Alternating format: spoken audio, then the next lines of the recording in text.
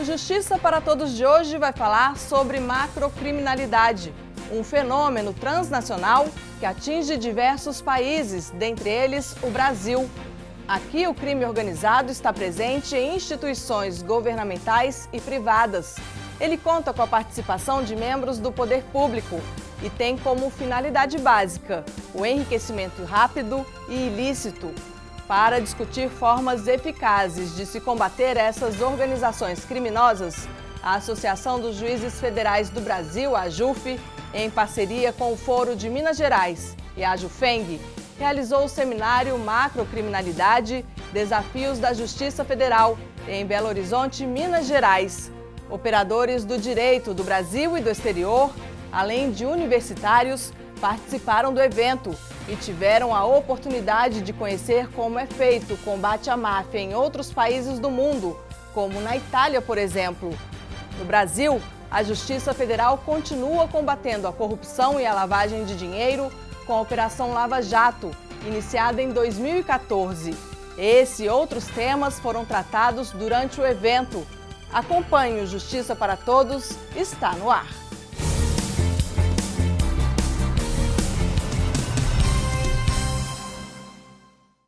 A macrocriminalidade é constituída por crimes financeiros perpetrados por organizações criminosas que atingem toda a sociedade e que muitas vezes estão presentes em órgãos públicos, principalmente nos altos escalões.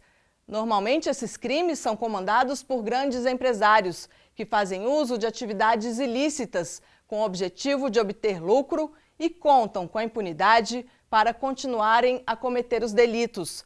Mesmo quando investigados e denunciados, os que fazem parte desse crime organizado contratam os melhores advogados, protelam os processos e buscam a prescrição, além de outros meios para não pagarem pelos crimes cometidos.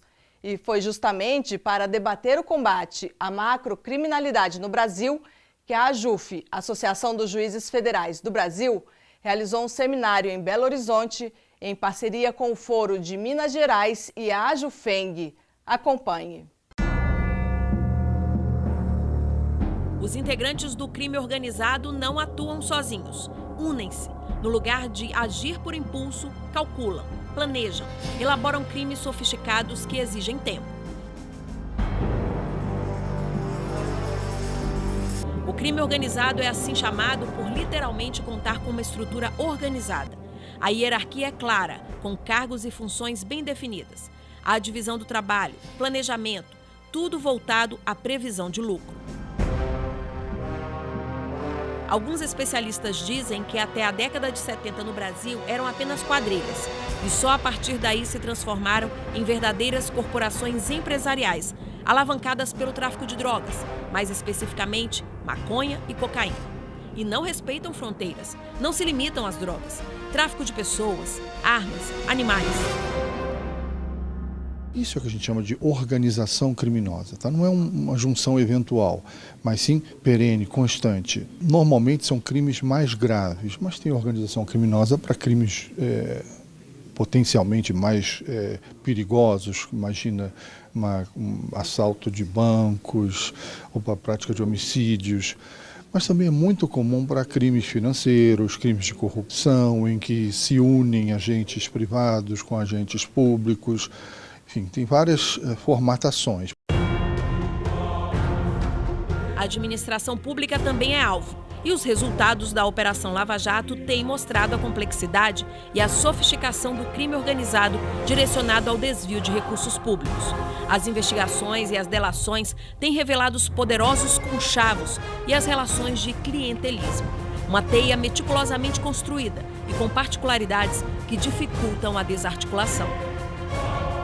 É um crime cuja investigação você precisa usar técnicas internacionais que estão sendo usadas com muita competência hoje no Brasil, pelas forças-tarefas, pelo Ministério Público e pela polícia, e perante a justiça, com garantia de todos os direitos, técnicas que permitem alcançar, pela quebra de sigilo financeiro, análise de contas, pela análise de cruzamentos telefônicos, a utilização de dispositivos especiais de investigação, como é a colaboração premiada, por exemplo. Com tudo isso junto, você forma um arcabouço que hoje é mais eficiente, mas que precisa da participação coordenada dos órgãos do Estado. A Justiça Federal ela tem que ter, sim, uma estrutura capaz de investigar, de ter meios que permitam investigar, meios tecnológicos e também ter todo um aparato, toda uma especialização aí para poder fazer frente ao crime que cada vez mais está se organizando. A Convenção de Palermo, realizada em Nova York, nos Estados Unidos, em 2000, tratou do crime organizado. Trouxe as primeiras definições sobre o tema. Foi ratificada no Brasil 4 anos depois por meio de decreto. Até que, em 2013, os brasileiros ganharam uma legislação específica, a Lei 12.850. De acordo com a lei, para ser organização criminosa é preciso que haja a participação de pelo menos 4 pessoas estruturalmente organizadas, com divisão de tarefas, com o objetivo de obter vantagem e com a prática de infrações penais com penas máximas de 4 anos ou de caráter transnacional. Uma lei ainda considerada jovem. A nossa legislação sobre crime organizado, como destaquei, ela é de 95. Ela veio a ser complementada por uma legislação de 2001. Mas as duas legislações são objeto de duras críticas, especialmente pela doutrina, porque elas têm conceitos jurídicos vagos. Inclusive, não definem, isso é importante, elas não definem o que seja uma organização criminosa. As adaptações, as interpretações ainda não estão consolidadas, né, principalmente pelas cortes superiores, então ainda nos causa um pouco de insegurança em algumas decisões. Então, o fato da legislação ser recente, sim, também nos traz essa dificuldade. É um novo modelo, né, de enfrentamento às questões criminosas, ao grave problema criminal que nós temos no país, da grande criminalidade, da macrocriminalidade. Há uma mudança bastante considerável nesse paradigma e a gente veio um pouco atrás daquilo que a experiência de outros países, que também sofrem há muito tempo esses problemas, né, já tem um aprendizado. Macrocriminalidade e corrupção, 2 palavras que andam de mãos dadas. Esses crimes fazem mal à sociedade porque arrancam direitos garantidos em lei, retiram a dignidade, os sonhos e, para milhares de pessoas, interrompem a vida. A corrupção é o grande mal que afeta o Brasil. A corrupção, ela cheira mal, ela é carcomida, porque ela tira as crianças das escolas, tira a merenda escolar, ela enche os corredores dos hospitais de doentes, ela prejudica o saneamento básico. A corrupção, ela precisa ser enfrentada, ela precisa ser combatida. A macrocriminalidade, desafios da Justiça Federal, foi o tema do seminário realizado em Belo Horizonte pela AJUF, Associação dos Juízes Federais do Brasil, em parceria com a JUFENG, Associação dos Juízes Federais de Minas Gerais. Os 3 dias de evento reuniram operadores do direito, brasileiros e estrangeiros, e universitários. Um seminário organizado para estimular o debate sobre o que tem sido realizado para combater a macrocriminalidade no Brasil e o que ainda pode ser feito para aprimorar esse enfrentamento. Apenas para exemplificar, temas como os que serão tratados hoje aqui, presidente, tal como o processamento das ações penais envolvendo organizações criminosas e as perspectivas para a magistratura de primeiro grau, com as alterações legislativas em curso no Congresso Nacional, e o segundo painel, direito de defesa e prestação jurisdicional penal em sede recursal, que serão retratados nessa noite, refletem a profundidade das discussões que tomarão parte nesses 3 dias. Convido-os a participar efetivamente dos debates, que aqui se travarão nestes 3 dias de encontro, pois o direito somente se constrói por meio de debate, discussões, estudos e troca de ideias. Vou me limitar, pois, a fazer um convite a todos que nos acompanhem nesse caminho de repensamento do direito penal em época de profunda crise política, econômica e moral.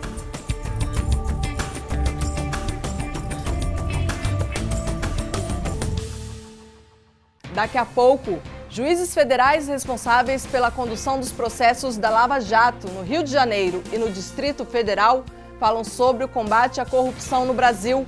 Eles destacam a importância da isonomia na condução dos processos que tramitam na Justiça. Nós voltamos em instantes.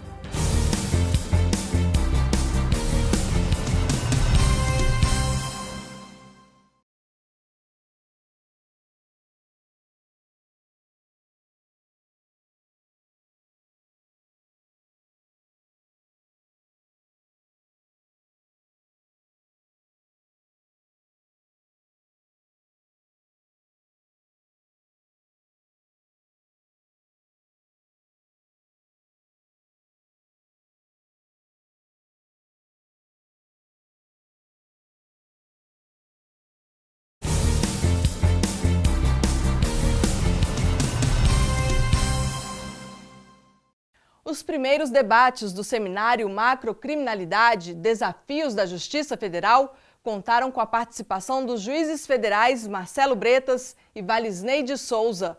Os dois são responsáveis pela condução dos processos da Operação Lava Jato no Rio de Janeiro e no Distrito Federal.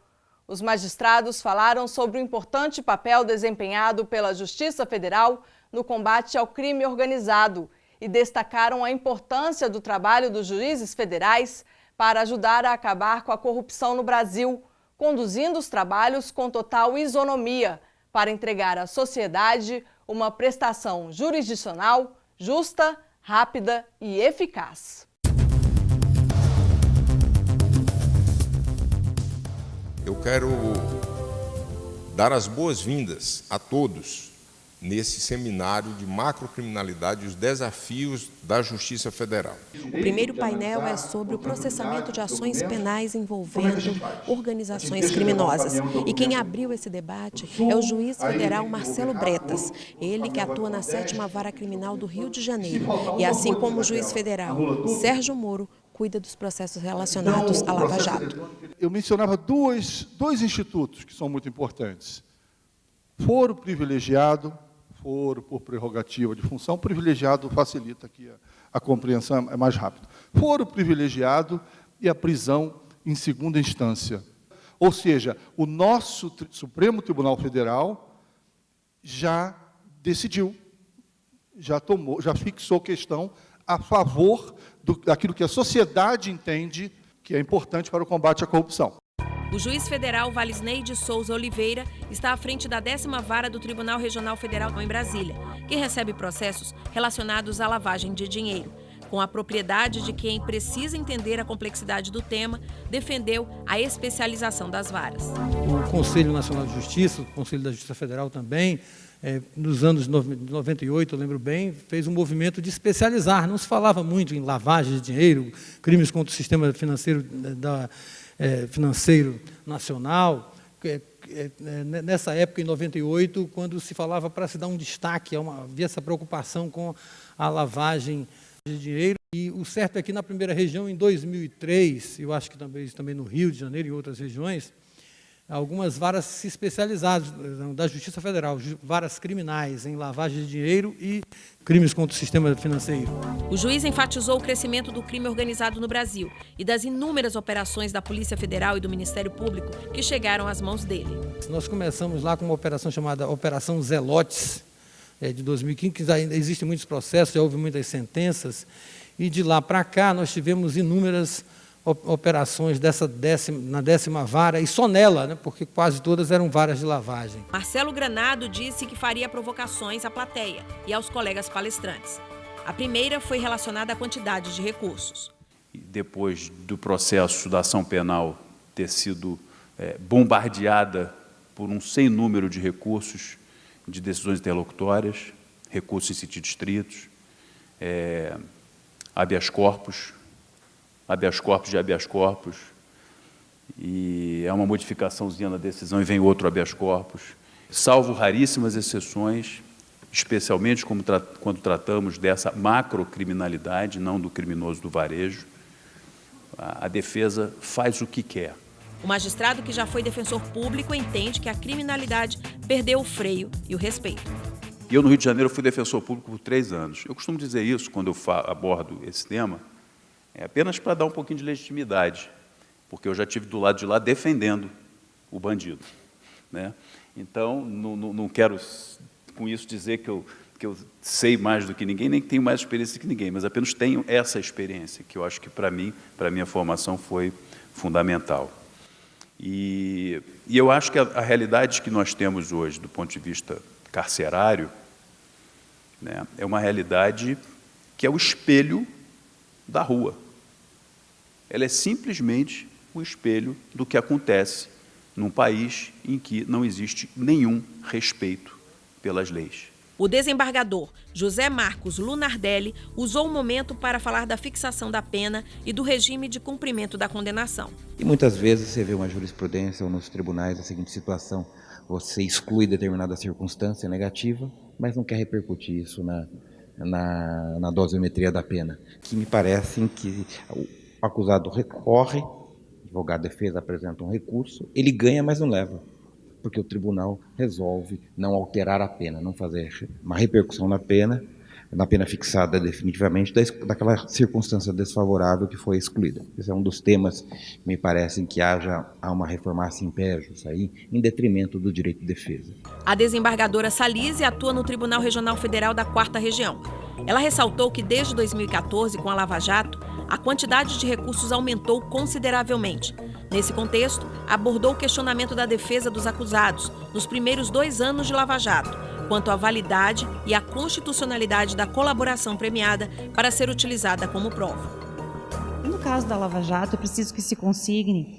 Isso é reconhecido pelo Ministério Público Federal, é reconhecido pelos juízes e desembargadores que atuam nesse processo, que a colaboração foi fundamental para dar sentido àquela quantidade de documentos que foi apreendida logo ao início da operação e que não fazia sentido nenhum, porque foram apreendidos documentos com doleiros, com empreiteiras, com empresas que trabalhavam junto à Petrobras, e eram planilhas com siglas, com símbolos, com números, que qualquer um de nós, se pegasse aquele documento, não saberia o que queria dizer, a que se destinava. E com a colaboração, começa a vir o sentido daquilo tudo que foi aprendido. No próximo bloco, combate ao crime organizado na Itália é destaque no seminário sobre macrocriminalidade. Como a Operação Mãos Limpas combateu a máfia italiana e o que ela trouxe de inspiração para a Operação Lava Jato, que já recuperou bilhões de reais aos cofres públicos no Brasil. Nós voltamos daqui a pouco.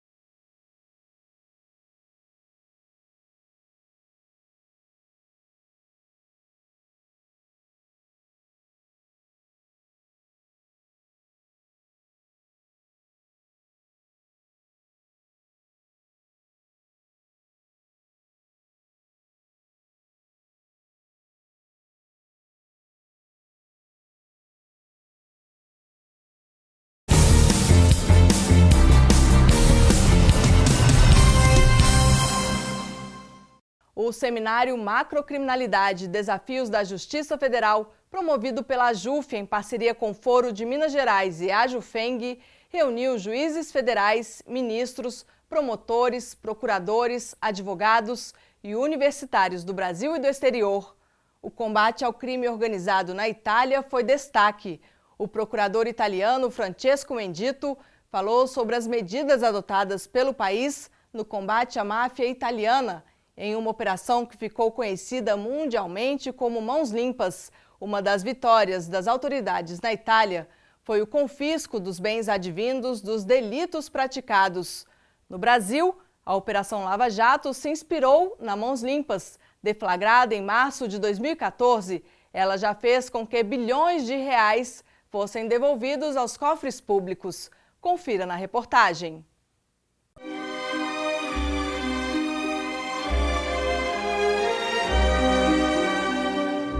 Os filmes sobre a máfia italiana ganharam espaço nas telonas. Produções que mostram o poder dos chefes, a obediência dos integrantes, a lei do silêncio, a vingança e as execuções a sangue frio dos traidores e corajosos que tentavam colocar um freio nos planos criminosos. Ele com certeza leva dinheiro do Soloso e dos grandes. A máfia estava presente em crimes como contrabando, jogos de azar e extorsão. Em 1992, procuradores da Itália desencadearam a Operação Mãos Limpas, uma iniciativa que resultou na prisão de quase 3.000 pessoas após 4 anos de investigações. Depois das prisões, os integrantes das organizações começaram a dar nomes, delatar os então companheiros do crime.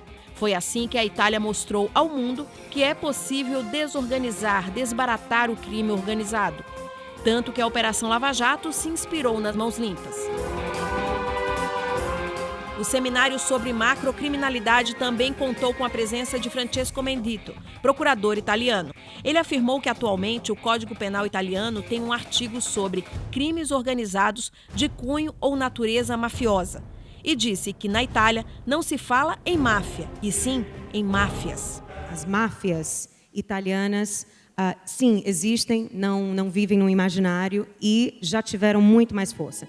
O combate intenso à máfia na Itália, de acordo com Francesco, tem uma razão histórica e cultural de ser. Existia à época um grande conluio do mundo político, do mundo empresarial com a máfia. Era estreitamente de mãos ligadas. Então, a sociedade civil sofreu demais. E quem pagou, e pagaram de forma muito... pagaram com sangue, como os italianos normalmente costumam dizer, duas figuras de grande referência, 2 grandes juízes e procuradores federais, Giovanni Falcone e Paolo Borsellino. Especialização de quem trabalha para combater ou aplicar a lei ao crime organizado é fundamental, enfatizou o procurador. Um aspecto hoje muito importante no ordenamento jurídico italiano é a questão da especialização, da atuação das pessoas que trabalham no combate ao crime organizado. É fundamental. E hoje a Itália pode dizer que tem esse cenário, esse contexto, esse arcabouço de especialização.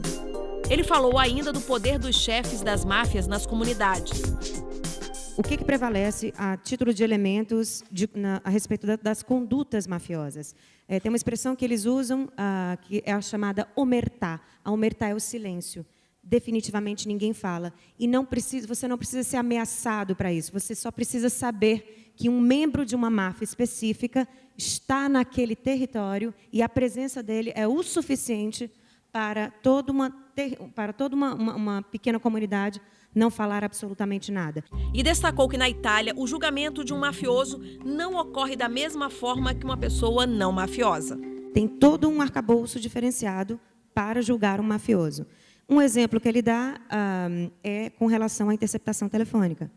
Se fosse para um crime que não fosse de natureza mafiosa, eu teria que apresentar diversos elementos, no momento de solicitar ao juízo, vários elementos que autorizassem a possibilidade de fazer uma interceptação. Para um crime que envolve um contexto mafioso, poucos elementos e poucos indícios, o juízo já concede essa possibilidade, essa autorização. Sobre o confisco de bens, a rede de combate à máfia é rigorosa. Aquele que muito provavelmente é culpado, veja a peculiaridade, muito provavelmente, o juiz pode até não ter 100% de elementos de convicção, se ele é culpado ou não, mas se ele é muito provavelmente, se confisca. Por fim, não escondeu o orgulho dos resultados obtidos até agora na Itália e ressaltou a importância do trabalho integrado e constante. Todo esse trabalho efetivo que é feito para confiscar esses imóveis, terrenos, dinheiro, que são conseguidos através de atividades criminosas, de atividades que massacram todos os dias a sociedade, eles são dados de volta à sociedade. E justamente isso ele repete, de uma forma a empoderar, a educar, a abrir os olhos da sociedade.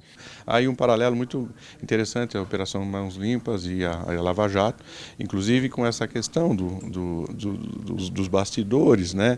A reação do crime organizado, a reação das forças políticas que, de alguma maneira, tentam minar, inclusive, o trabalho da justiça, né? Algum trabalho a tentativa de deslegitimar o trabalho da justiça no sentido de você impedir que as investigações avancem, que esse trabalho de combate efetivo à impunidade alcance os seus objetivos. Então, nós temos esse paralelo muito importante com a Operação Mãos Limpas e o Brasil tem, acho que até nesse paralelo, avançou muito mais do que a Operação Mãos Limpas no passado produziu na Itália. Nós estamos, acho que, num passo mais avançado em relação à nossa experiência italiana. Então, mas isso nós ainda não terminamos, né? Tem muita coisa ainda para acontecer, e por isso que esse tipo de debate é fundamental.